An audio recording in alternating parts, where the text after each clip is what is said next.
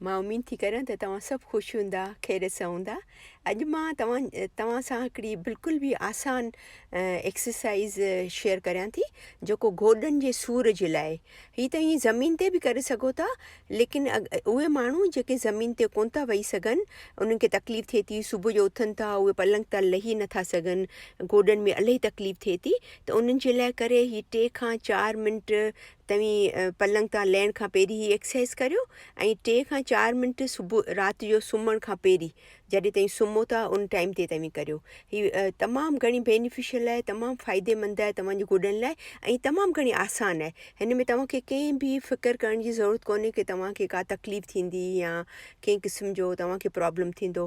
बिल्कुलु आसान एक्सरसाइज़ आहे, इन खे हर कोई करे सघे थो। हीअ मुंहिंजो पंहिंजो पर्सनल एक्सपीरियंस आहे।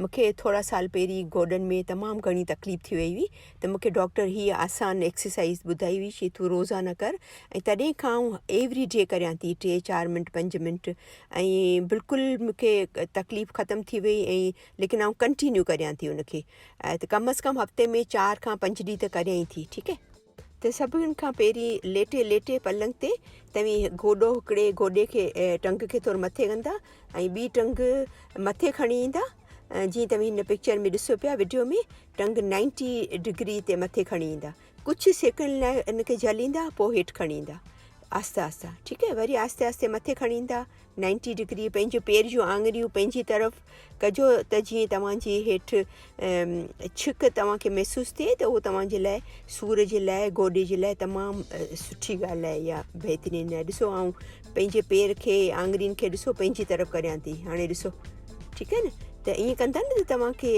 हेठि तव्हांखे गोॾे जे हेठि तव्हांखे छिक महसूसु ईंदी, जेको तव्हांजे गोॾनि जे लाइ तमामु घणो फ़ाइदे वारो आहे।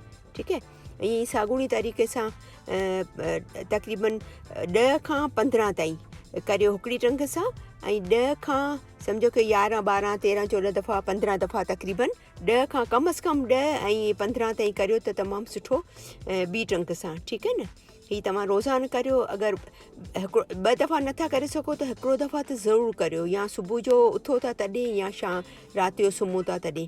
तमामु सुठी एक्सरसाइज़ आहे ऐं तमामु घणी आसान आहे।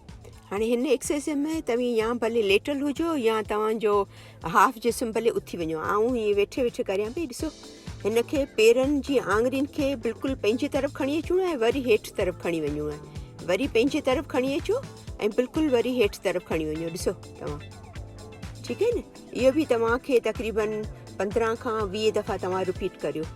ही 1, 2, 3, 4 हीअं करे तव्हीं 10 खां 15 दफ़ा। हाणे हिन में वरी पंहिंजे पेरनि खे राउंड घुमाईंदा, पहिरीं 10 खां 15 दफ़ा हिकिड़े तरफ़ घुमाईंदा ॿिन्ही पेरनि खे गॾु गॾु। ठीकु आहे, तमामु आसान आहे, हीअ तव्हीं ज़रूरु ट्राए कजो। ऐं पोइ वरी 10-15 दफ़ा करण खां पोइ वरी ॿिए साइड ते घुमाईंदा पेरनि खे। ॾिसो पहिरीं असां हुन पासे बि घुमायो, हाणे वरी हिन पासे घुमाईंदासीं। ठीकु आहे, तक़रीबन 15 दफ़ा। ॾिसो पिया न त केतिरी आसान एक्सरसाइज़ आहे। हाणे हिन में तव्हांजा 2 हथ तव्हीं पंहिंजे गोॾे जे हेठि झले उनखे सपोर्ट कंदा, टंग खे मथे रखंदा, ऐं पेर खे मथे करे मथे ताईं खणी अचो, पोइ वरी हेठि खणी वञो, वरी मथे ताईं आङिरियुनि खे खणी अचो, वरी हेठि खणी वञो। इहो बि तक़रीबन तव्हांखे हिकिड़े पेर खे तक़रीबन 10 खां 15 दफ़ा करिणो आहे। ठीकु आहे, ऐं तव्हां यकीन करियो बिल्कुलु आसान आहे, हिन में बिल्कुलु तकलीफ़ बि कोन थी थिए, ऐं तमामु बहितरीनु एक्सरसाइज़ आहे, स्पेशली जेके नथा पट ते वेही सघनि। पोइ वरी हाणे ॿी टंग सां कंदासीं, जीअं हुन पहिरीं टंग सां कयोसीं, ईअं बिल्कुलु इन ई तरीक़े सां वरी ॿिए टंग सां कंदासीं हाणे। ठीकु आहे न, हीअ तव्हीं पंहिंजे फैमिली में जेके बि तव्हांजा सीनियर्स आहिनि या यंग बि आहिनि, जवान बि आहिनि, जंहिंखे गोॾनि में इलाही तकलीफ़ आहे, उहे सभु करे सघनि था। ज़रूरी कोन्हे कि उहे सीनियर हुजनि, हर एज जा माण्हू करे सघनि था जंहिंखे गोॾनि में तकलीफ़ आहे। ठीकु आहे, हाणे पहिरीं पेर खे असां मथे खां हेठि पिया कयूं, हाणे ॾिसो हेठि खां पेर जूं आङिरियूं मथे पिया करियूं।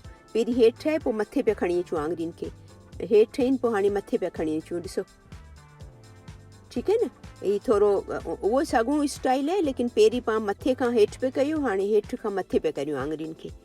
हिकिड़ी टंग खे 10 खां 15 दफ़ा, ऐं साॻियो ॿिए पेर खे बि 10 खां 15 दफ़ा कंदासीं, जीअं तव्हां हिन में ॾिसो पिया। ठीकु आहे न।